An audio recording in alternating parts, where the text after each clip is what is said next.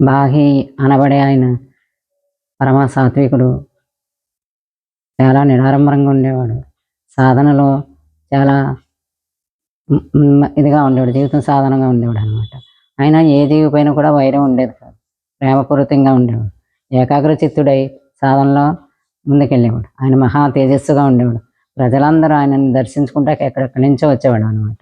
ఆ వచ్చేవారందరికీ ఆయన సన్నిధిలో శాంతి దొరికేది. రోగాలు నయమయ్యాయి. అందరూ ఆయన్ని దైవ సమానంగా కొలిసేవారు. రోగాలు కూడా నయమయ్యాయి, తగ్గేవన్నమాట. అలా ప్రజలకు విశ్వాసం ఉండేది. అందరికీ భోజన సదుపాయాలు అవి కూడా కల్పించేవాడు. ఎంతో పేరు ప్రఖ్యాతులు వచ్చినాయి.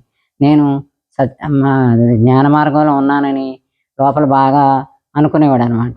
అనుకున్నప్పుడు వాళ్ళ దేవత కులదేవత ఆ భక్తుడి మీద ఎంతో ప్రేమ వల్ల అనుకుంది, ఈ మాత్రానికి ఇతను ఎలా అనుకుంటున్నాడు, వీరికి జ్ఞాన అదే అసలైన కళ్ళు తెరిపించి అసలు జ్ఞానం ఏంటో తెలియజెప్పాలని అతన్ని ముందుకు తీసుకెళ్ళాలి జ్ఞానంలో అని ఆలోచించి చెప్తుంది. బాహి, నువ్వు జ్ఞాన మార్గంలో లేవు, కనీసం ఆ మార్గంలో కూడా అడుగు పెట్టలేదు నువ్వు ఇంకా.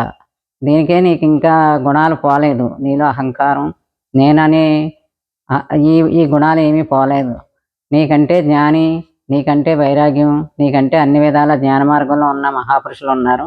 వారి మార్గంలోకి వెళ్ళు అని చెప్తుంది. వాళ్ళ గురించి తెలుసుకో సాధనలో అని చెప్తుంది. చెప్పినప్పుడు తల్లి ఎవరు ఉన్నారో నాకు తెలియజేయి, నేను గురువుగా స్వీకరించి తెలుసుకుంటానంటాడు.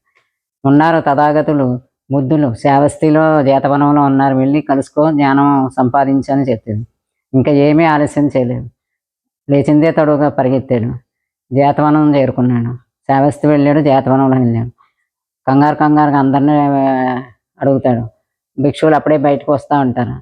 ఎక్కడా బుద్ధ భగవానులు, నాకు జ్ఞానం భిక్ష కోసం నేను వారిని పాదాలపై పడి అడుగుతాను, ఎక్కడున్నారో అని. ఇప్పుడు మధ్యాహ్నం సమయం భిక్షానికి వెళ్ళారు, ఇంకా సమయం ఉంటుంది అని అంటే, ఎటు వెళ్ళారని చెప్తే దారి చూపిస్తారు. అటు పరిగెత్తుకుంటూ వెళ్తాడు. ఒక సాధారణమైన గృహం ముందు బుద్ధుడు భిక్షకై నుంచుని వేచి ఉంటారు. అప్పుడు భగవాన్ మీరు ఆయన దూరం నుంచి తెలిసిపోయింది. ఆయన తేజస్సు, ఆ నిర్మల చిత్తం అదంతా కనిపించి ఆనంద బాష్పాలు వచ్చేస్తాయి బాహీకి. వచ్చి భగవాన్ నాకు జ్ఞానభిక్ష పెట్టండి, నాకు చెప్పండి, నేను నా నిర్వాణ సిద్ధిని నాకు ప్రాప్తింప చేయండి అని అడుగుతాడు. బాహి, ఇది భిక్షానికి నేను వచ్చాను, ఒకరు గృహం ముందు ఉన్నాను, ఇది సమయం కాదంట. ఏమో సమయమో కాదో నాకు తెలియదు, కానీ ఈ క్షణం ఉంటానో మళ్ళీ క్షణం ఉండనో ఏమీ నాకు తెలియదు. నాకు ఇప్పుడే మీరు చెప్పాలి, తర్వాత ఏమవుతుందో తెలియదు, ఈ జీవితం అలాంటిది, నాకు చెప్పండి అండి. రెండోసారి కూడా అలాగే అంటారు, నేను ఇప్పుడు భిక్షాటంలో ఉన్నాను, సమయం కాదంట. అది నేను హెచ్చరించను, నాకు మీరు ఏమైనా సరే చెప్పాల్సిందని కాళ్ళ మీద పడతాడు. అప్పుడు ఆయన ఎంతో ప్రఫుల్లమై ఎంతో ఆనందించి, అయితే నీకు చెప్తానని ఖాళీ భిక్షాపాత్ర చేతిలోనే ఉంచుకుని చెప్తారనమాట జ్ఞానం. నీవు ఎలా అంటే, నీకున్న ఏ పని చేసినప్పుడైనా నీవు ఏకాగ్రతతో చేయాలి. చూసేటప్పుడు చూస్తూనే ఉండాలి, పని చేసేటప్పుడు పనిలోనే ఉండాలి, భోజనం చేసేటప్పుడు భోజనంలోనే ఉండాలి, స్పర్శించేటప్పుడు స్పర్శలోనే ఉండాలి. ఏ పని చేసేటప్పుడు ఆ పనిలో ఏకాగ్రత సాధించాలి. దాన్నే ధ్యానం అంటారు. అప్పుడు నీవు ఇన్ని చేసినా కూడా నీకు కలగకపోతే నీకు ఇదే ఈ గుణాలన్నీ విడిపడిపోతాయి. అప్పుడు నీకు సిద్ధి పొందుతావు. నిర్వాణ సిద్ధి పొందడం అంటే అదే. ఈ ప్రాపంచిక దృష్టి గొప్ప ఆటంకం మన ఈ సాధనకి. కనుక ఈ ప్రాపంచిక విషయాలన్నింటినీ విడిపడి ఈ ఈ గుణాల నుంచి తప్పించుకొని నీవు సిద్ధిని పొందుతావు, నిర్వాణం పొందుతావు. నీకు అది ఉంది, నిర్వాణ సిద్ధిని నువ్వు పొందు, అదని ఆశీర్వదించి పంపిస్తారు. ఇంకా ఒకటే పరుగున వెళ్ళిపోతాడు. వెళ్ళినప్పుడు ఇంకో గంటలో భగవాన్ ఆశ్రమానికి వెళ్తారు.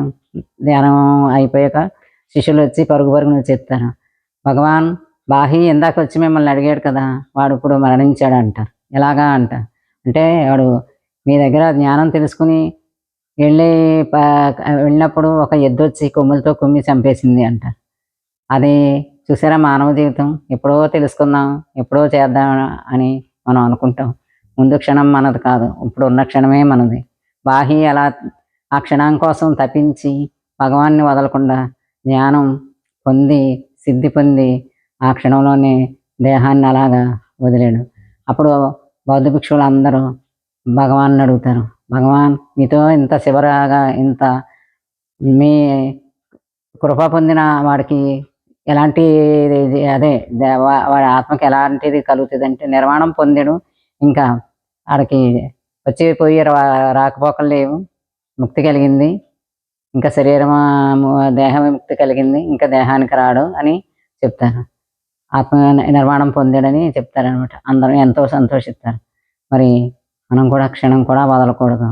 రేపు ఎప్పుడో చేద్దాం, అలా చేద్దాం, ఇలా చేద్దాం అంటే కుదరదు. ఎప్పటికప్పుడే ఈ క్షణమే మనది.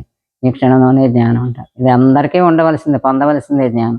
లేకపోతే జీవితం వ్యర్థం, జన్మించినందుకు జన్మ వ్యర్థం. జ్ఞానం లేకపోతే ఏముంది, ఎన్ని సాధించినా అన్నీ పోయే. ఇదే మనతో వచ్చేది. మళ్ళీ ఇంకొక దాంట్లో మళ్ళీ చెప్పుకుందాం.